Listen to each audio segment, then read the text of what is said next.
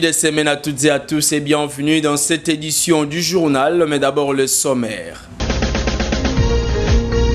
En présence du chef de l'État Félix Tshisekedi, le président du Conseil supérieur de la Cour des comptes a ouvert ce lundi au Fleuve Congo Hotel la toute première session extraordinaire de cet organe chargé de la gestion de la carrière des magistrats de cette même Cour.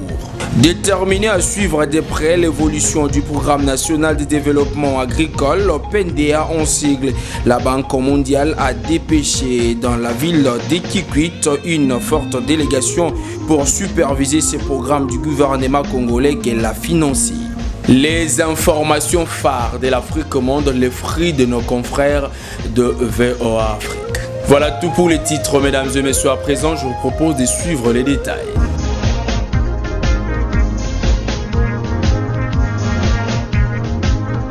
Bonsoir, ouvrons le développement de cette édition du journal avec cette actualité annoncée en titre. En sa qualité de magistrat suprême de la République démocratique du Congo, le président Félix Tshisekedi a pris part ce lundi à la cérémonie d'ouverture de la première session extraordinaire du Conseil supérieur de la Cour des comptes, l'organe qui gère la carrière de magistrat de cette institution.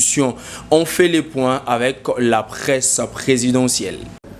Le Conseil supérieur de la Cour des comptes est en session extraordinaire. L'ouverture de la première session de l'Assemblée générale de cette institution supérieure de contrôle des finances publiques de la RDC a été présidée ce lundi 7 octobre à Fleuve Congo Hotel par le chef de l'État, magistrat suprême Félix Antoine Tshisekedi Tshilombo. Au terme de l'article 41 de la loi organique, le Conseil supérieur de la Cour des comptes est l'organe de gestion de la carrière des magistrats de cette Cour.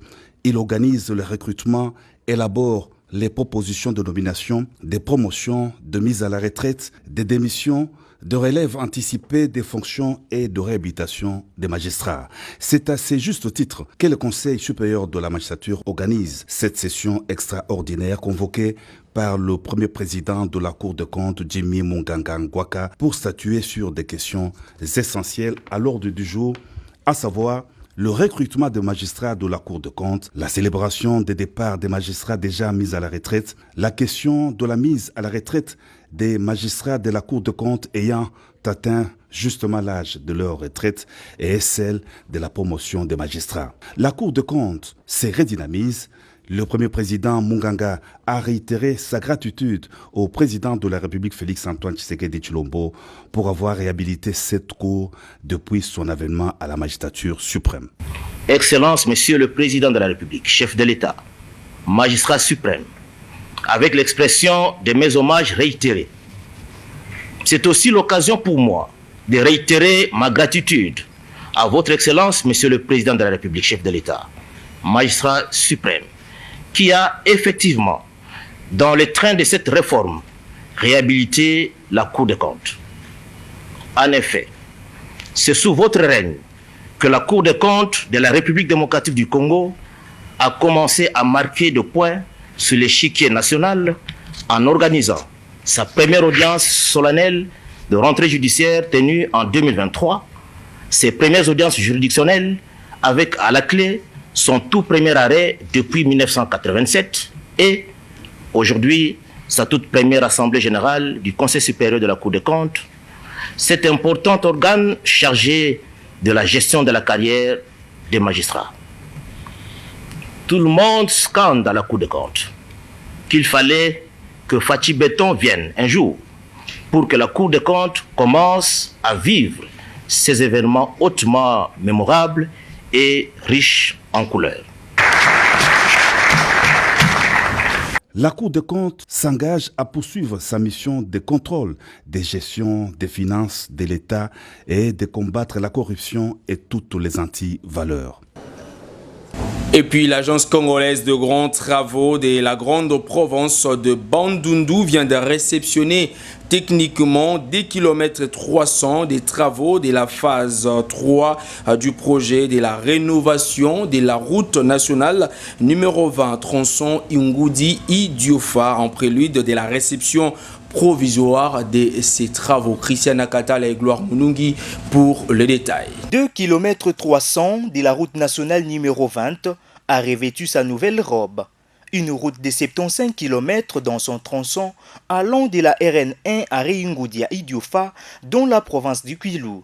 Ceci est le premier résultat de la phase 3 de travaux du projet de la construction et rénovation de la RN20 exécuté par la société chinoise Sinohydro 1 avec les rigoureux contrôles et surveillance de l'Agence congolaise des grands travaux.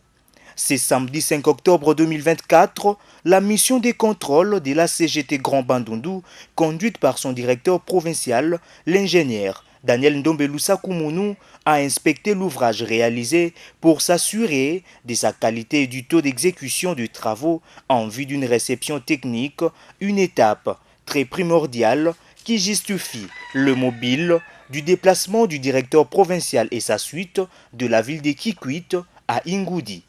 Après avoir réceptionné techniquement ces travaux, le patron de l'agence congolaise de grands travaux dans les Grands Bandundu a félicité de part et d'autre l'exécutant de ces travaux et la mission des contrôles pour ses résultats positifs.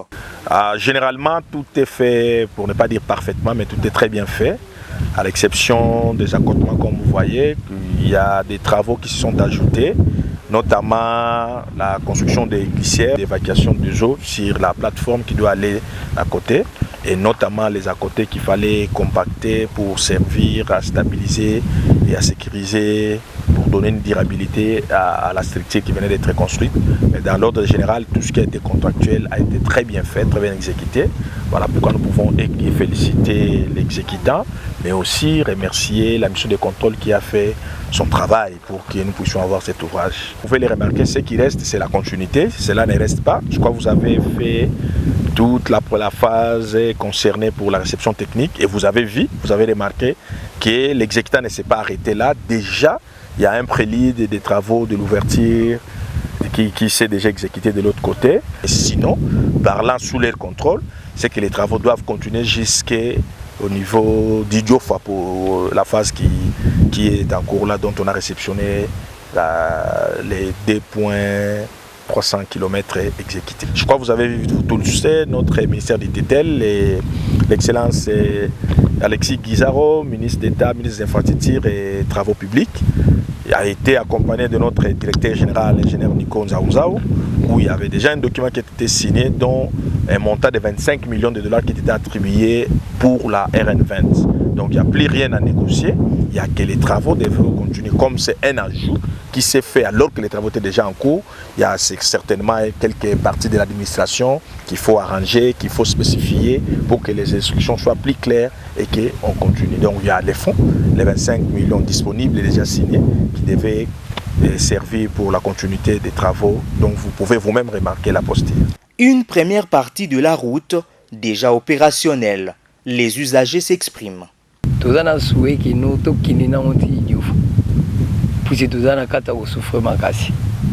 un peu moins à distance au bâti Libiso, quand même c'est bien, mais les bosses qu'on a de souffrir, les calmes cassés, t'as la charge tout là. Zobunanta qui kaka, to misana mabili. Mais c'est vraiment à féliciter. Là aussi, on va continuer le biso 75 km au combattre Idiofa et au la biso bien. Et vous allez bien pour le gouvernement à Bissopé. Puis Bissonné, tout ça, Idiofa et vous allez non. Et puis ça va faciliter à comment facile la capitale de souffrir à sobriété. T'as l'année de souffrir. Et c'est là où mon moto dans l'ongoli. Chaque été, c'est qu'il y a un qui m'a magasi. Les colons de l'école qui toko. Donc on a signé na bakonzi ba continuer musala ndile komati kanona Idiofa. Et ça la biso bien. Soy ba kangi sintela. Mais ils appellent qui toko makasi de sepil makasi. Retenez que le travaux continue sur la RN20 de PK2+300 jusqu'à Idiofa comme prévu et le gouvernement congolais, via le ministère des Infrastructures et Travaux Publics, a encore disponibilisé 25 millions de dollars américains pour la suite de ces travaux. Je le disais à l'entrée de cette édition du journal, dans le but de se rendre compte de l'état d'avancement de l'intervention du programme national de développement agricole PNDA en sigle dans la grande province du Kwilu. Une délégation mixte au gouvernement de la République démocratique du Congo et la Banque mondiale séjournent à Kikwit-Ville pour superviser ces méga projets du gouvernement congolais. Un atelier d'échange a été organisé à cette occasion, c'est lundi 7 octobre 2024 dans la salle de réunion de Kamebasso. Je propose de suivre ces reportages pour en savoir plus sur cette actualité. Une forte délégation de la Banque mondiale séjourne à Kikwit-Ville depuis ce dimanche 6 octobre 2024 pour superviser le programme national de développement agricole PNDA en sigle dans le Kwilu. Profitant de leur présence, le PNDA Kwilu a organisé ce lundi 6 octobre 2024 un atelier d'échange avec toutes les parties prenantes de ces méga projets du gouvernement congolais dans la salle de réunion de Kamebasso. Lors de son mot de circonstance, Madame Manessa Marie-Thérèse, ministre provinciale du Kwilu en charge de l'agriculture, pêche et élevage, a fait savoir que ces programmes du gouvernement congolais financés par la Banque mondiale dans le but d'augmenter la productivité agricole des petits agriculteurs est une opportunité à saisir afin de booster le développement agricole dans le Kwilu avant de lancer officiellement cette réunion évaluative des activités du programme national de développement agricole PNDA en sigle. Ces programmes de gouvernement longtemps attendus constitue pour notre province du Kwilu une opportunité à saisir afin de booster le développement agricole en faveur des exploitants agricoles dans les territoires ciblés par les PNDA, notamment Bulungu, Idiofa et Gungu. Fort de ce qui précède, je déclare ouvert l'atelier d'échange organisé à l'occasion de la mission de supervision du programme national de développement agricole PNDA Kwilu par la Banque mondiale. Tout en encourageant les petits exploitants agricoles à prendre conscience de leur travail, M. Jean de Dieu Bossimi, coordonnateur national du programme national de développement agricole PNDA en sigle, a indiqué devant la presse que la délégation de la Banque mondiale est à Kikwit pour se rendre compte de l'état d'avancement des travaux du PNDA dans le Kwilu. Les activités que nous avons réalisées, nous devrons les évaluer ensemble. Nous sommes venus avec les bailleurs, avec nous, et nous devons échanger avec les bénéficiaires. Je ne veux pas oublier, quand je dis bailleur, le gouvernement, il y a le comité technique national et les comités provinciaux de coordination de suivi, pour qu'ensemble les bénéficiaires nous puissions voir qu'est-ce qui a marché, qu'est-ce qui n'a pas marché et comment améliorer pour que le bénéficiaire final, que ma tante, que ma soeur, que mon oncle, puisse se retrouver dans le travail agricole qu'il est en train de faire. Parlons éducation à présent. Dans cette édition du journal, un mouvement de grève sèche d'une durée indéterminée a été déclaré ce lundi 7 octobre 2024 par le syndicat national des inspecteurs et enseignants du Congo, Signeko en sigle, section de la province éducationnelle Kwilu 2. Ils l'ont fait savoir via une déclaration rendue publique ce lundi, justement après avoir organisé une réunion pour évaluer leur situation. Ces grévistes appellent par la même occasion les autorités de l'EDNC à ne pas intimider les inspecteurs qui réclament leurs droits au gouvernement congolais. Nous mourons pour nos droits. Nous mourons, nous mourons, nous mourons. Attendez la presse. Déclaration des inspecteurs et agents d'appoint de la province éducationnelle de l'éducation nationale et nouvelle citoyenneté Kwilu 2.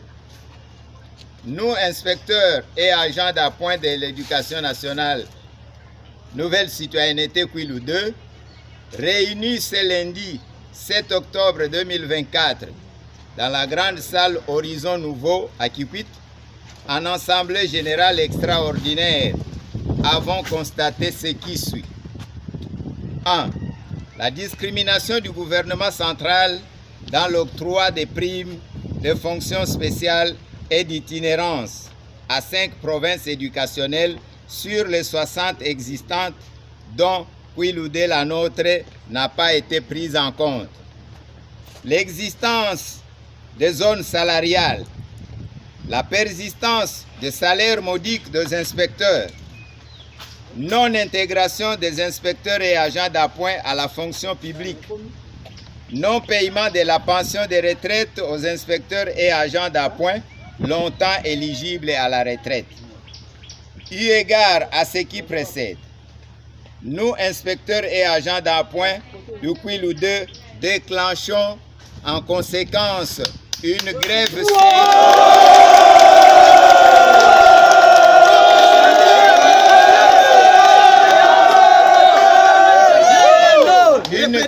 sèche, disais-je, à dater de ces jours jusqu'à la satisfaction de nos revendications précitées. Par ailleurs, nous prions aux autorités de l'éducation nationale nouvelle citoyenneté du Kwilu-D de s'abstenir de tout acte d'intimidation envers les inspecteurs itinérants et agents d'appoint. Ainsi fait à Kikwit ce 7 octobre 2024 pour les Signeko Kwilu-D, Gisashi Hippolyte, secrétaire provincial AI, Ngamoun Willy, secrétaire provincial adjoint, Masala Mabera, secrétaire administratif. Pour la primaire, nous mourons. Pour nos droits, nous. Et pendant ce temps, la Caritas Développement d'Idiofa a remis un lot important de bons pupitres au ministère de l'Éducation nationale et à la nouvelle citoyenneté ce samedi 5 octobre 2024 à Kikwit-Ville lors d'une cérémonie solennelle organisée par la province éducationnelle Kwilu-D que dirige M. Esperango Totamukengesha. Suivez. Déterminé à respecter son contrat avec le gouvernement congolais, la Caritas Développement Idiofa a remis au ministère de l'Éducation nationale de la RDC 1260 bons pupitres, dont 860 pour la ville de Kikwit et 400 pour Massamouna dans les territoires de Massi-Manima, province éducationnelle Kwilu-D. C'était au cours d'une cérémonie solennelle organisée ce samedi 5 octobre 2024 au siège de la Caritas Développement Kikwit, en présence de Madame Pierrette Bilika, représentante de son Excellence Madame Raïsta Malou, ministre d'État en charge de l'éducation nationale, le patron de la province éducationnelle Kwilu-D, M. Esperango Totamukengesha et toute son équipe, les élèves ainsi que le chef d'établissement. Lors de son mot de circonstance, M. l'abbé Willy Mumpanga de la Caritas Développement Idiofa a fait savoir que ces projets viennent appuyer la gratuité de l'enseignement des bases. En exécution du contrat de fourniture de 10 000 bancs pupitres pour les écoles de la province du Kwilu entre la Caritas Développement Idiofa et le ministère national de l'EPST, un projet d'appui à la gratuité de l'enseignement primaire prôné par le chef de l'État, son Excellence Félix Antoine Tshisekedi Tshilombo. Très heureuse de prendre part à cette grande cérémonie au nom de Madame Raïssa Malou, ministre d'État en charge de l'éducation nationale et à la nouvelle citoyenneté, Madame Pierrette Bilika, conseillère du ministre de l'EDNC en charge des infrastructures, a rendu un vibrant hommage au chef de l'État Félix Antoine Tshisekedi Tshilombo pour son engagement en faveur de la gratuité de l'enseignement primaire public.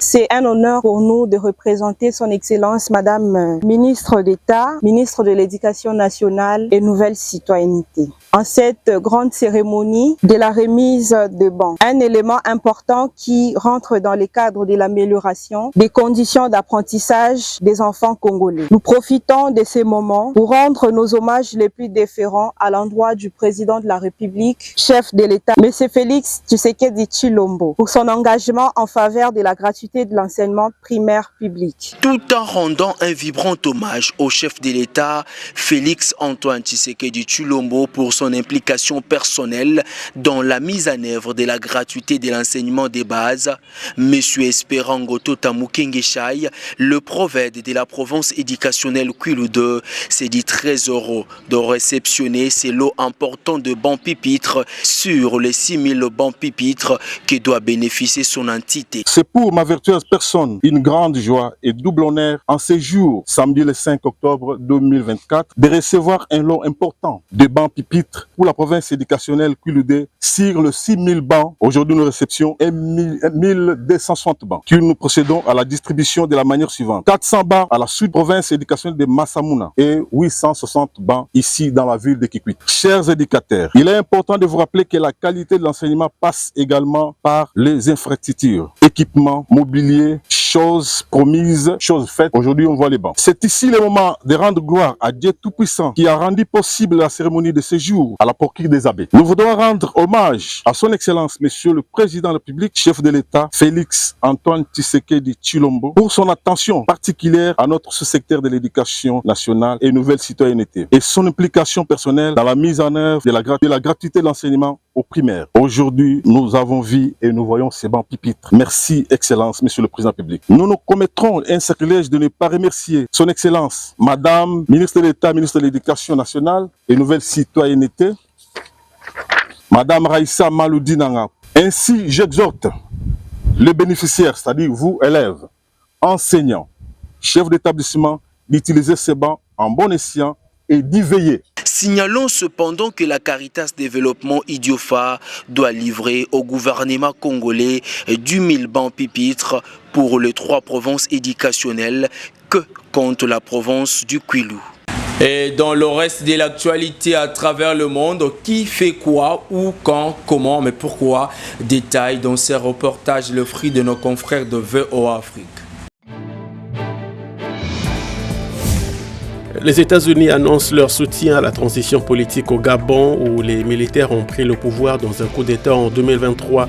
Un référendum sur la nouvelle constitution est prévu d'ici la fin de l'année. Washington plaide aussi pour une coopération accrue en matière de défense dans un contexte régional tendu. La Tunisie élit son président dimanche alors que les principaux opposants du sortant Kais Saied sont en prison. Si un candidat obtient plus de 50% des voix, il sera élu président, sinon il y aura un second tour. Le résultat n'est pas attendu avant le 9 octobre.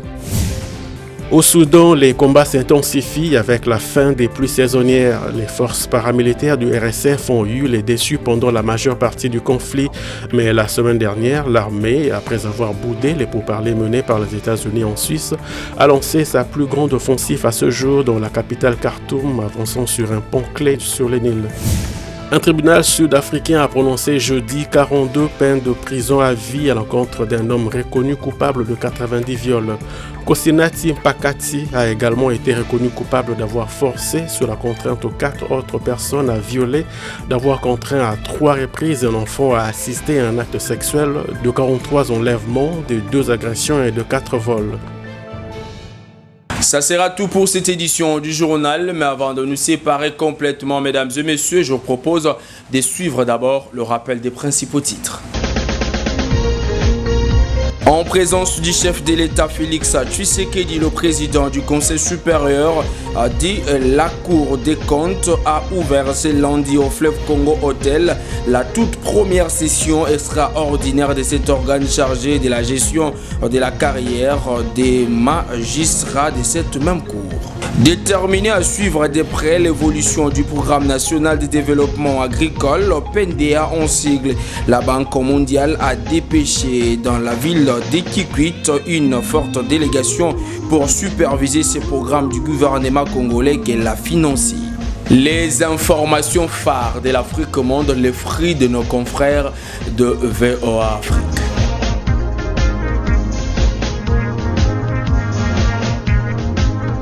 Ainsi s'achève complètement cette édition du journal. Mesdames, Messieurs, merci de l'avoir suivi. Au revoir et bon début de semaine chez vous.